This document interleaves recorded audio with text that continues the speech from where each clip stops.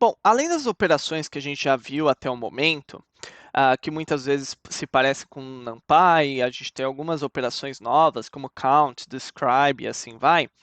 Existem outras funcionalidades úteis que facilitam cálculos que são considerados como até mais complexos.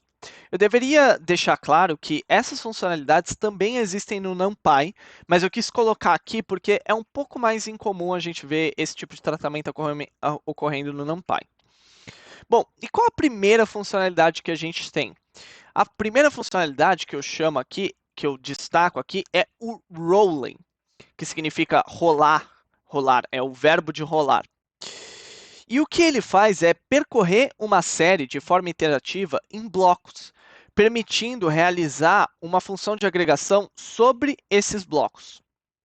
Bom, o que isso significa exatamente? Que, em essência, o que o rolling vai me permitir fazer é cálculos como, por exemplo, me dá a média móvel de uma determinada série de dados. E aí você dá para ele qual que é o bloco dessa média móvel. Aqui eu destaquei quais são os parâmetros do rolling.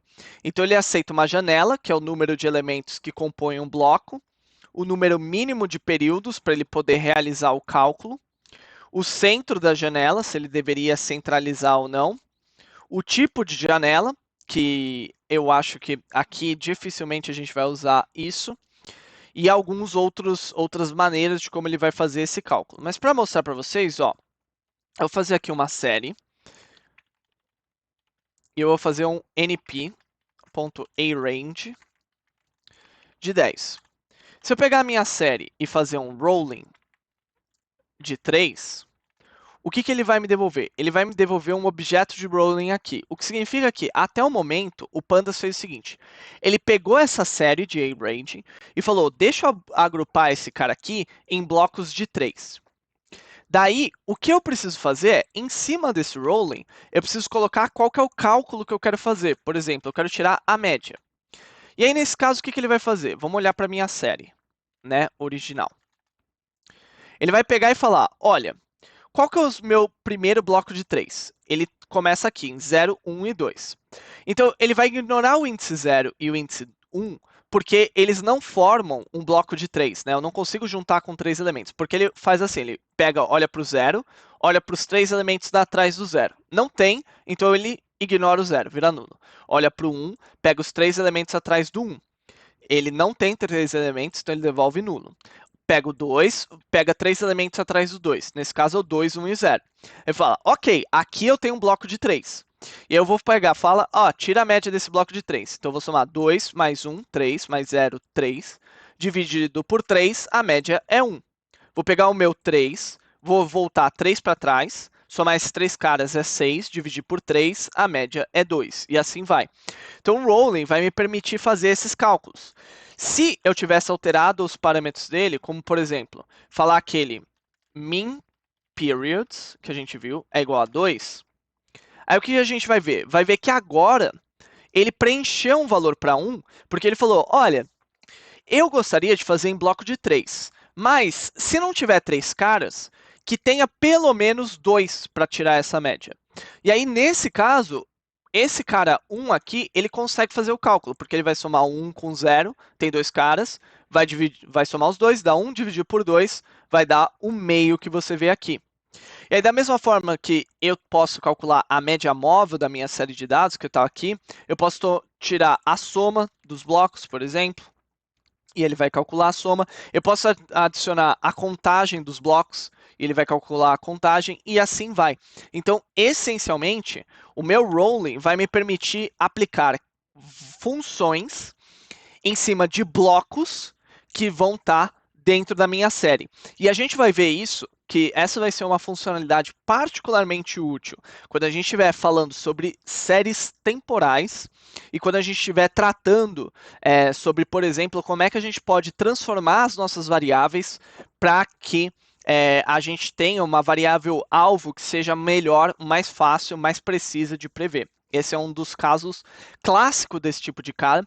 Também é um caso clássico de quando a gente quer preencher valores nulos a partir de uma série de dados. Também vai ser, o rolling vai ser uma funcionalidade bastante prática para isso. Então ele é muito útil quando eu tenho dados colocados no tempo. A outra funcionalidade, que também é bastante interessante, que o Pandas me oferece, é o Interpolate. E o Interpolate tem esse nome do nome interpolar. Se você não lembrar do interpolar do colégio, era quando você fazia, por exemplo, uma regra de 3, né? E a ideia do Interpolate é você fazer o preenchimento de nulos a partir de uma regra de 3, mas essa regra de 3 pode ser complexa. Tá? Então, eu não vou entrar aqui nos vários parâmetros, vou mostrar ele sendo aplicado na prática para vocês verem aqui. Vou pegar um random seed de 42, pegar aqui a minha série, e eu vou fazer uma série de valores aleatórios normais, e aqui eu vou colocar tamanho 10. Eu vou pegar essa série,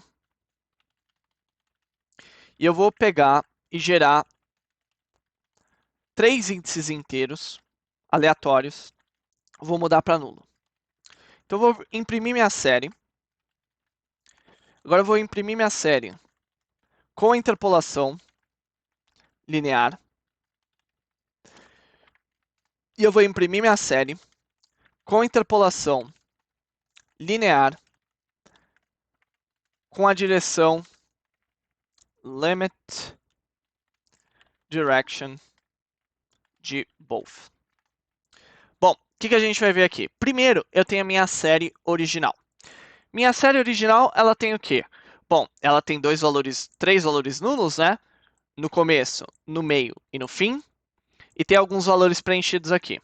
Quando eu rodo Interpolate, e eu estou aplicando uma interpolação linear aqui, o que ele vai fazer? Nesse caso aqui, tem um valor nulo de 4. Aí a interpolação linear corresponde a pegar e aplicar uma regressão linear entre esses dois caras. Que nesse caso seria a mesma coisa que tirar a média desses dois caras aqui. Então ele vai tirar a média de 11,52 com 9,76 aqui, que é esse 10,64 que foi preenchido aqui. Tá? Então ele vai preencher os valores nulos com os valores da interpolação entre esses dois valores. Se eu tivesse dois valores nulos consecutivos, tá? Aí aqui no caso não seria a média entre esses dois valores.